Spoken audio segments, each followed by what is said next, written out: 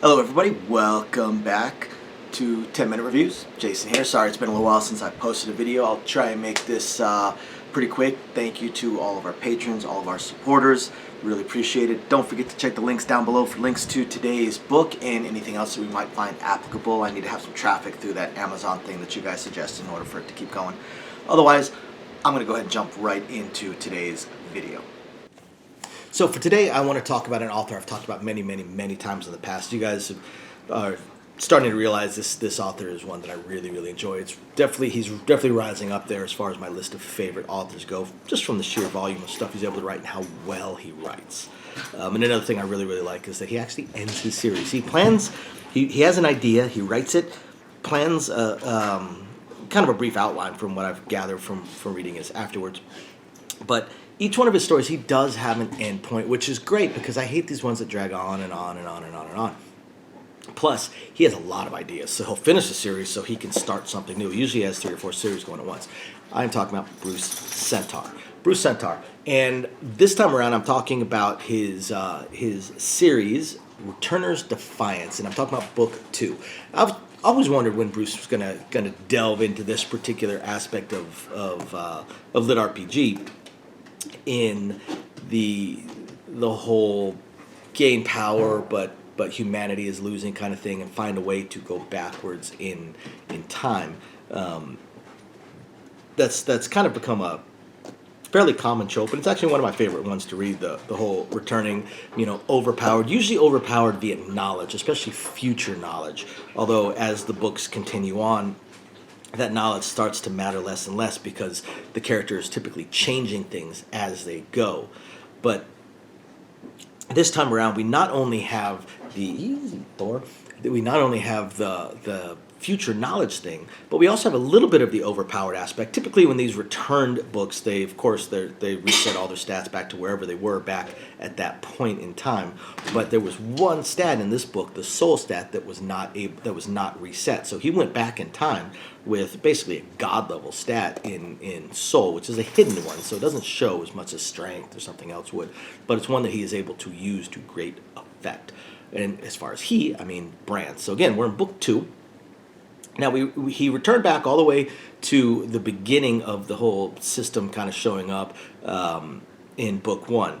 And from there, he started to learn a few things. He used what he already knew to make sure that he was able to get integrated into the system early. He used some of what he knew about dungeons and dungeon spawning and stuff like that, and people that had integrated early on, and stories they had told him, and allies that he had in the future, in order to get himself integrated earlier. Got himself integrated earlier, was also able to pick his class and things along those lines, and start making plans earlier for the defense of humanity when the system sort of breaks, I suppose, and everybody enters it. Right now, only people that happen to be literally standing on the spot that a dungeon just randomly spawns on end up integrated into the system. But eventually, and fairly certain from what Brand's memories show, fairly soon, there's going to be the system apocalypse, basically, the system-wide entrance for everybody. So he starts laying his plans, starts making his allies, lets a few people in on the secret. Mostly he's just kind of playing the power game, using his knowledge, stopping a few things, demon lords from taking over certain people, and also knowing certain powerhouses in the future. He's trying to ally with them to begin with, and ones that could have been powerhouses that fell, he's trying to save them or get them stronger while making these plans, setting up a base, kind of a more of a fortress and safe zone for when the system finally does hit everybody. And this time around, now he is going to his clan, and he's already made a lot of changes. So most of his future knowledge, except for really big events that are not changed by his actions, such as dungeon spawning and stuff like that, things that are not changed by his actions, those can still occur. But for everything else, he's already pretty much gone beyond any kind of memory or knowledge he might have, because he has made some massive changes. People that were taken over by demons and ended up being like demon generals, he's saved them, prevented them from being taken over. He's created this accidentally organization of women that are basically utterly devoted to him because he saved them. In fact, their class even started. They created a new class. a new class that even has his name in it, and basically like they're basically his devotees, his followers, his I guess nuns of the Church of Bran, almost warrior nuns. So, he's already made a lot of changes. And some of the big changes that he made in book one that are really starting to come into play in book two, the fact that one, he saved his mother. His mother dies in his original timeline. She'd been poisoned. He figures that out, and he manages to figure out a way to save her. And by saving her, he kind of has to he shows that he is already in the system. He's been integrated into the system. However, he doesn't come clean about having returned from the future. In this book, he kind of ends up having to, because his mother is not stupid either, and she figures out that this may look like her son, this may talk like her son in a lot of ways, and remember things that her son should remember, but this ain't her son. So she calls him out on it.